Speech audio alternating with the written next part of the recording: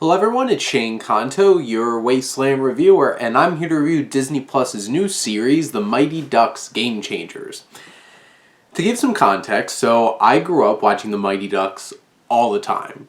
I loved all three films, whether they were the kids or they're like the Junior Olympic things, whatever the Goodwill games or whatever they were doing in the second one, and then going to, I don't even remember, was that a high school or a college? I don't know. I think it was a high school. But you have those three Mighty Ducks movies, and they were a big part of my childhood. And I remember sitting and watching the big presentation that Disney did at the end of, I think it was the end of last year. And they had like, there's a Turner and Hooch and a John Stamos show, and Mighty Ducks, the Game Changers. I'm like, wait, what?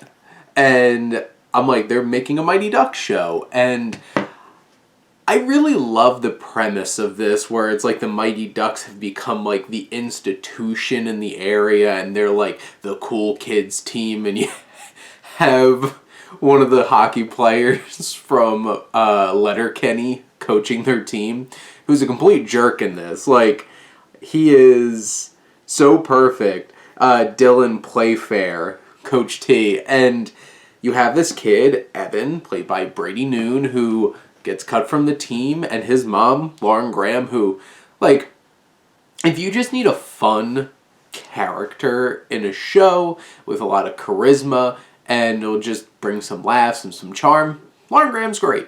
And she plays Evan's mom, and she's like, we're going to start our own team. She has to find a rink, and it just so happens Gordon Bombay is the one who owns this hockey rink, or, well, ice rink.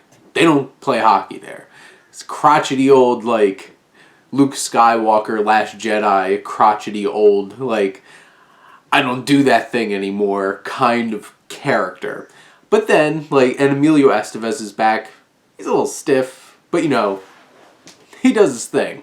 And throughout this show, you get to see the Don't Bothers, this team, come to fruition, and it's a whole bunch of ragtag kids, including Maxwell Simkins' Nick, which, I love this kid, and I think the line where he was like, I have a podcast body, I think was one of the moments where I legitimately laughed watching this show.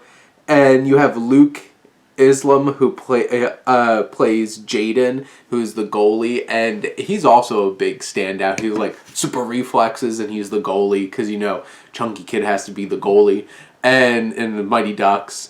And just, it has that feel for Stephen Brill's back doing this, and it focuses a little bit more on the hockey, actually, which is interesting, and I appreciated that. Like, they actually had to learn to do hockey, and these kids are a fun group. You enjoy them. You know, you throw in, like, the stereotypical tropes of, like, coming of age, like the awkward kids trying to make friends, and maybe two of them like each other, and you have all those kinds of things, and you have probably the more interesting arc is what Gordon Bombay's going through here, in terms of you find out why he's in the place that he's in. They throw in a little bit of nostalgia. They have a reunion and have some of the old Ducks come back, which was a lot of fun. Didn't feel really forced. It made sense in the story. And you just have this show that is very cheesy, very hammy, very nostalgic, and, you know, does a little fresh things. And it's earnest and endearing enough where you could get past the fact that this is very cliched. You've probably seen all these tropes before, but especially somebody who loved the Mighty Ducks, I had a lot of fun with Game Changers. And you know what? I'm going to be back for Season 2, Season 3, as long as it keeps this kind of energy and sweetness about it.